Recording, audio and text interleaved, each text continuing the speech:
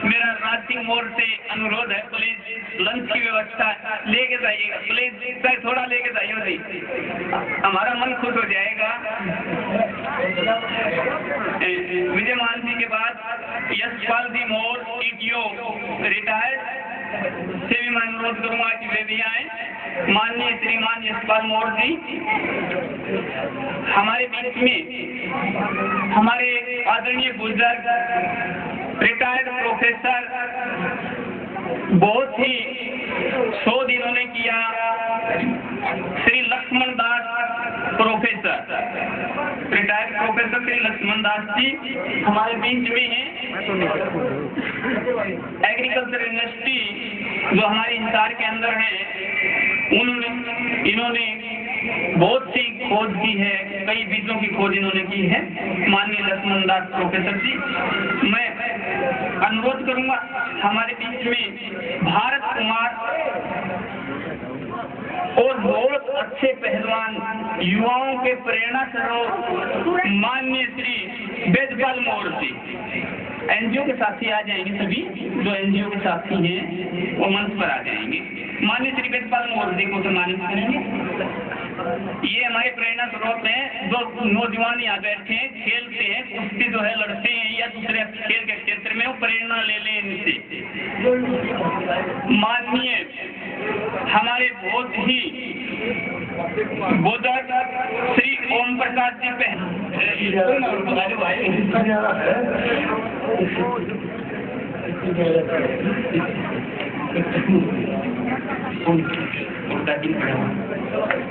माननीय हमारे आजकल बच्चों को सिखा रहे हैं कुश्ती और कबड्डी के गुण, अखाड़ों में जाकर के प्रशिक्षण दे रहे हैं, बहुत ही सम्मानित पहलवान श्री जगदीश पहलवान से भी मैं अनुरोध करूंगा कि वे भी आए। ये भाई साहब हमारे जो है उनके साथी।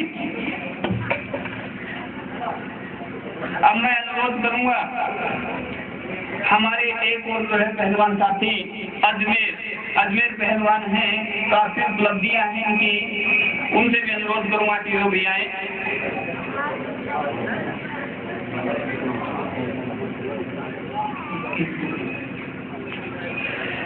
अब मैं अनुरोध करूंगा हमारे छोटे भाई नवीन मोड़ से यशपाल मोड़ से, यशपाल मोड़ हमारे छोटे भाई हैं, गोल्ड मेडलिस्ट हैं यशपाल।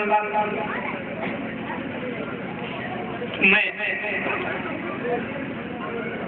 सानिध्य चाहूंगा यशपाल मोड़ ब्रिगेडियर जी का कि आप भी इन बच्चों को पुरस्कृत करें। श्रीमान जी नवीन मोड़ जी सानिध्य आएंगे, हम यशपाल जी मोड़ का ब्रिगेडियर साहब का सानिध्य आएंगे। आशीर्वाद जो है आप इन बच्चों को देंगे।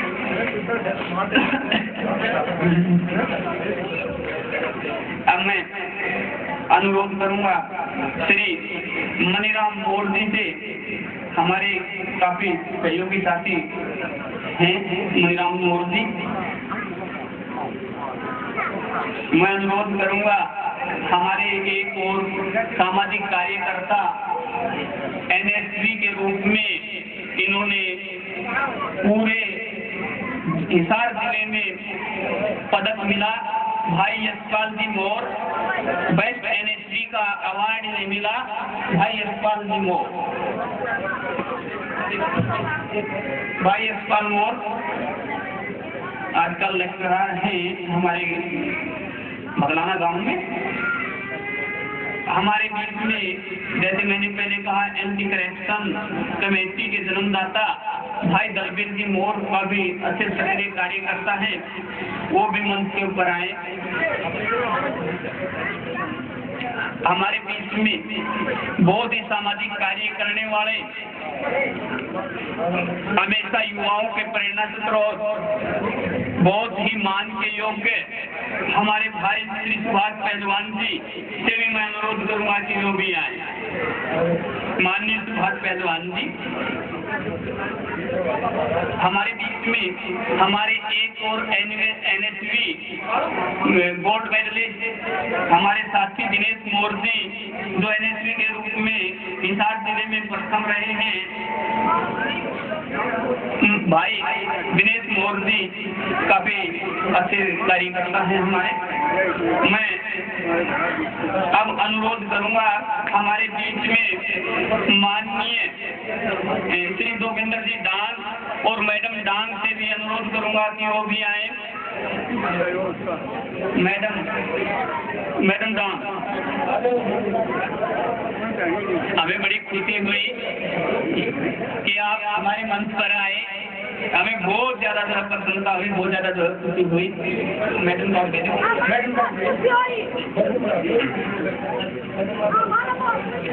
हमारे बीच में हमारी बेटी प्रियंका शर्मा भी है। मैं मैडम मोर से, वह यशपाल मोर ब्रिगेडियर से अनुरोध करूंगा कि तो हमारी बेटी को एक प्रतीक चिन्ह दे करके सम्मानित करेंगे। मैडम मोर और ब्रिगेडियर यशपाल मोर जी।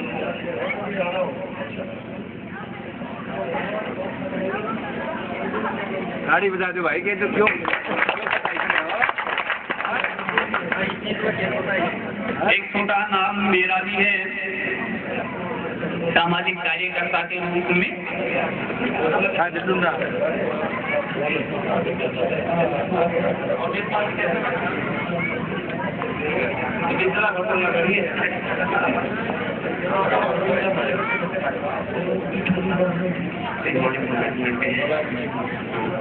एक हमारे गांव की पहली महिला सरपंच हमारे बीच में बैठी है, कस्तूरी देवी। हमारे बीच में हमारे गांव की पहली महिला सरपंच कस्तूरी देवी बैठी है कि उनको भी NGO की तरफ से सम्मानित किया जाएगा। गांव की पहली सरपंच है ये महिला सरपंच कस्तूरी देवी।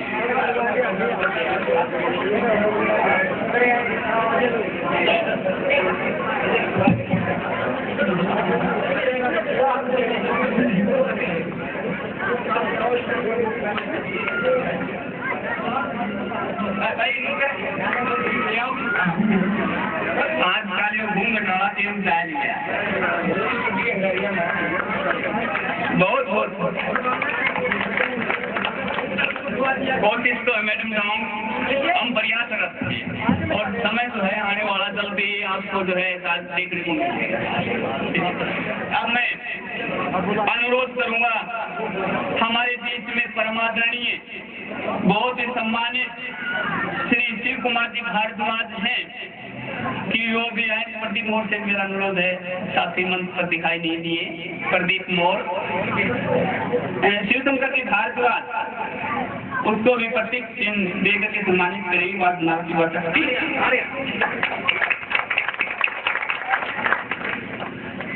इस समारोह के हमारे आज के बहुत ही सम्मानित माननीय श्री यशपाल जी मोर ब्रिगेडियर से मैं अनुरोध करूंगा कि 2 शब्द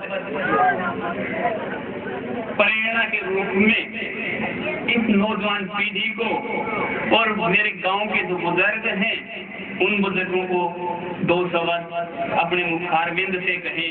माननीय ब्रिगेडियर यशपाल मोर।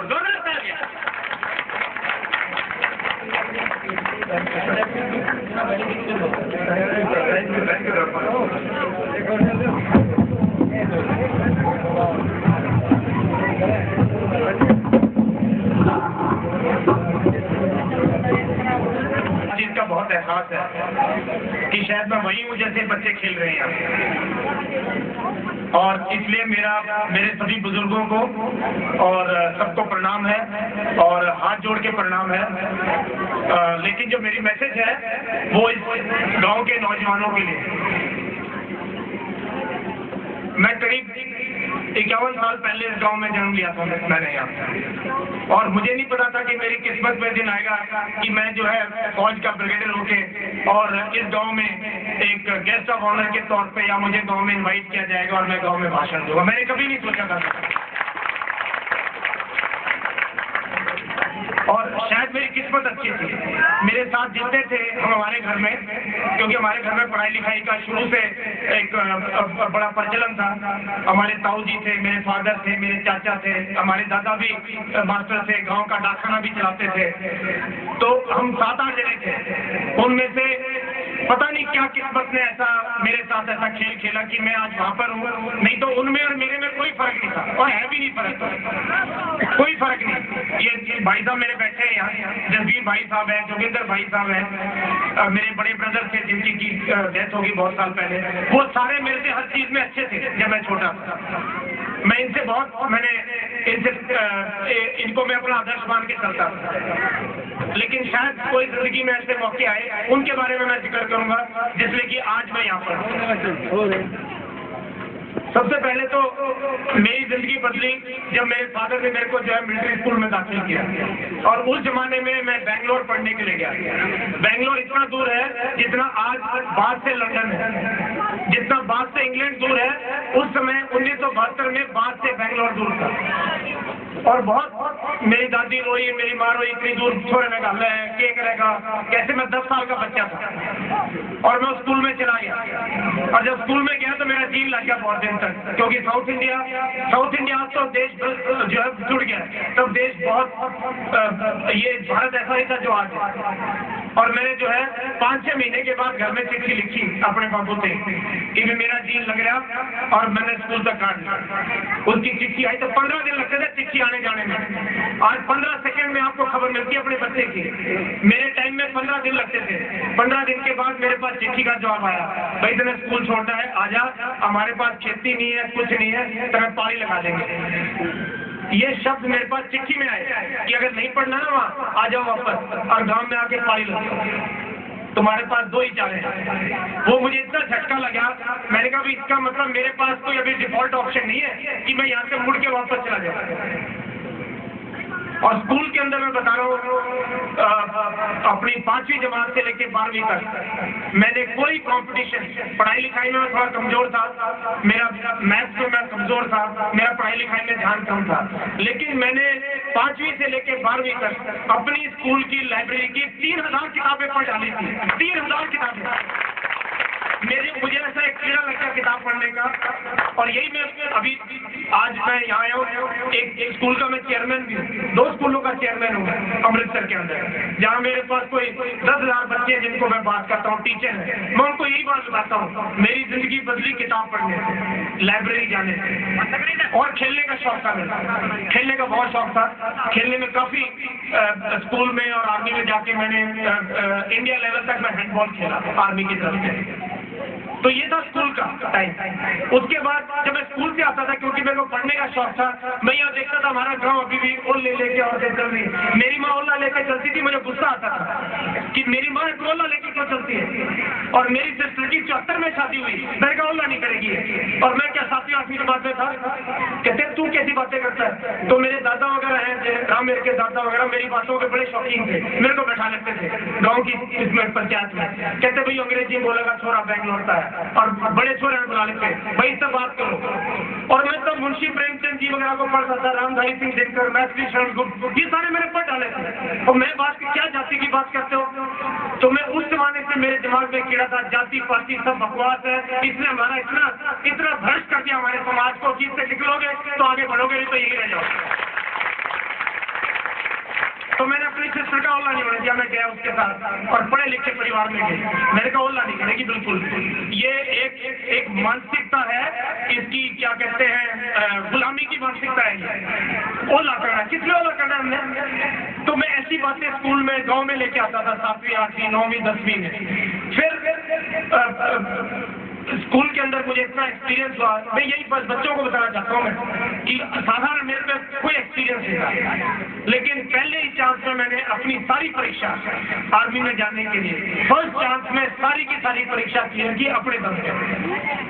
और जो इंटरव्यू होता है आर्मी का बहुत टफ इंटरव्यू होता है। पहली चाल मैंने कहा किसी को बताने की जरूरत नहीं है, अगर लायक हुआ तो अपने आप होगा। फादर का नहीं मेरी जान, मैंने कहा ये मेरे पे छोड़ो। तो किसी तरीके से ये बड़ा वो दिन आया 1985 में जब मैंने आर्मी में डायरेक्ट कमीशन लिया, और ये गांव के लिए और हमारे सबके लिए बहुत ही प्राउड की चीज थी। और मुझे यहाँ से कमीशन के बाद हम बाबा पेटला में आए, मैंने 1 साल लगा था कंधे पे, वो फोटो मेरे पास अभी भी है। और हम बाबा पेटला पे आए और हमने पूजा अर्चना करी, दिया जलाया, मेरी माँ बहुत खुश थी। और उसके बाद मैं फौज में चला गया। फिर मैंने देखा हमारी तरफ के मैक्सिमम जो लोग थे वो कैप्टन से या मेजर से रिटायरमेंट हो गए, और बड़े लायक बहुत ही होनहार अफसर थे, वो मैक्सिमम मेजर लेफ्टिनेंट कर्नल से रिटायर होते थे। तो मुझे 2-3 साल में एक्सपीरियंस हुआ। मैंने कहा यार अगर कमीशन लेना है सब कुछ है तो कुछ भी नहीं है सर, ये तो क्या कोई मंजिल ही नहीं है। ठीक है, उस टाइम मंजिल थी। तो मेरा ये वो है कि हर 5 साल अपने लिए नया मील का पत्थर रखो, हर 5 साल में कि मैंने यहाँ पहुंच रहा है, फिर वहां पहुंच रहा है। तो शुरू में मेरे स्कूल में था कि मैंने अफसर बनना है, अफसर बन गया। मैंने कहा भी मैंने अपनी यूनिट के अंदर टॉप पे है। अपने गांव के हैं पहलवान जब आए तो पुलिस के अंदर 1988 की बात है, मैं एडजुटेंट था अपनी यूनिट के अंदर। एक यंग अफसर के लिए बड़ी बात है कि एडजुटेंट है। उसके बाद मैंने कहा यार ये हमारे फौज में था, स्टाफ कॉलेज करना है, ये करना है। हम जाट भाई अपने गाँव के इसे बात पर राजी नहीं, यार अफसर बन गए, क्या करना लिखा है पढ़ाई लिखाई में क्या दे। हमें कहा नहीं भैया तो कोई बात नहीं, हम किसी में किस चीज से कम है, हम बाकी किस चीज में कम है। तो हमने पढ़ाई की वो लगन रखी, और मैंने पहले चांस में मैंने इंडिया को रिप्रेजेंट किया संयुक्त राष्ट्र में, यूएन में मैं गया अफ्रीका के अंदर 1993 में। और तब मैं 15-20 देश घूम के आया। मैं यूरोप, लंदन गया, एम्स्टर्डम गया, पेरिस गया, रोम गया घूमने के लिए।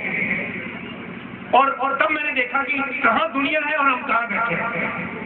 फिर मेरी ये धारणा और तगड़ी होगी कि जात को छोड़ो, धर्म को छोड़ो, भाईचारा बढ़ाओ और आगे बढ़ने की सोचो कि आगे कैसे जाना है हमने। ना कि इस चीज में पड़ गए, ना भाई हमारा बहुत होगा, हमारा ये होगा, इस चीज को नहीं छोड़ेंगे तो हम यही की यही रह जाएंगे। बता रहा हूँ आपको। तो जब मैं विदेश में गया मैंने देखा वहाँ 30-35 देशों की सेनाएं थी वहाँ पे, 30-35 देशों की सेनाएं। और हम शुरू में ना बड़े संकोच में रहते थे, यार इंडिया लगा रखा, इंडिया का ना बड़ा नाम गरीब सा देश था, थर्ड वर्ल्ड कंट्री। मैंने कहा लेकिन काम में हम कम नहीं हैं। तो मैंने वहाँ देखा America, Europe, Russia, China, Brazil, Uruguay, इन देशों, इटली, फ्रांस के इनके अफसर थे हमारे साथ। 3 महीने में हमने ऐसा काम करके दिखाया, वो हमारे को अक्सर बताना चाहते काम कैसे करना। ब्लैक इंडियन से पूछते हैं सर बताओ काम कैसे करें। तो वहां मैंने धारणा बना ली कि हम कुछ भी कर सकते हैं। उसके बाद लाइफ में कई मौके आए, लेकिन मैं एक जज्बे की बात बताना चाहता हूँ। मैं कश्मीर में गया 2001 में उग्रवाद के टाइम। जब मैं कश्मीर में गया मैं ये सोच के गया कि या तो तिरंगे में वापस जाऊंगा या कुछ कामयाबी करके जाऊंगा यार। और ये मैं सच में बता रहा हूँ, मेरे रोंगटे खड़े हो रहे बताते हुए ये बात। मैं जब कश्मीर में 2001 में गया तब मेरी 40 साल के आसपास उम्र हो चुकी थी। उस टाइम तक जो है अब लेफ्टिनेंट कर्नल बनने वाले थे, लड़ाई का कोई हमारा उस एज से हम निकल चुके थे। लेकिन हमने कहा अपने सीओ को कि सर ऐसी जगह भेज दो जहाँ पर की उग्रवाद सबसे ज्यादा है। हम वहाँ पहुंचे अनंतनाग में। मैं अनंतनाग में 2 साल रहा। वहाँ पर मैंने सीखा, मैंने इस्लाम सीखा सबसे पहले। मैंने अपनी किताब साइड में रखी, मैंने कहा तो मेरा धर्म है, मैं हिंदू है तो कोई लेके जा सकता। मैंने कुरान पढ़ी, मैंने कहा मैं समझू तो सही, मेरे देश में से मुसलमान है, कश्मीर में सारे मुसलमान, इनकी धारणा क्या है। मैंने कुरान शरीफ का अध्ययन किया, मैंने मोहम्मद के बारे में पढ़ा, प्रॉफिट हजरत के बारे में पढ़ा, और मैंने देखा इस धर्म में तो कोई ऐसी बुरी बात है नहीं, फिर लोग हमारे खिलाफ क्यों। और फिर 2 साल हमने ऐसे काम किए वहाँ। जब मैं वहाँ से वापस आया, सड़क पे लोग खड़े थे, कश्मीरी रो रहे थे कि आप क्यों जा रहे हो, रो रहे थे सड़क पे खड़े हो। और लोगों का दिल जीता, लोगों के काम करे। और साथ में क्या करा, जितने पाकिस्तानी थे वहाँ, हमने, मेरी टोली ने 40 उग्रवादी, लश्कर तैयबा, हरकतुल जिहाद इस्लामी, जैसे मोहम्मद के बिलों से काट काट के मारे, हमने बिलों से काट काट। और मेरे को देश ने 2 अवार्ड दिए बहादुरी के, सेना मेडल दिया मेरे को बहादुरी के लिए, मुझे राष्ट्रपति का पदक मिला कि वो, लेकिन मैंने पदक के लिए कभी धारणा करी नहीं। हमने कहा यार हम तो गीता को मानने वाले हैं, काम करते जाओ, देश के लिए काम करें, पदक की क्या इच्छा करनी है। वो एक ऐसा जज्बा था, ऐसा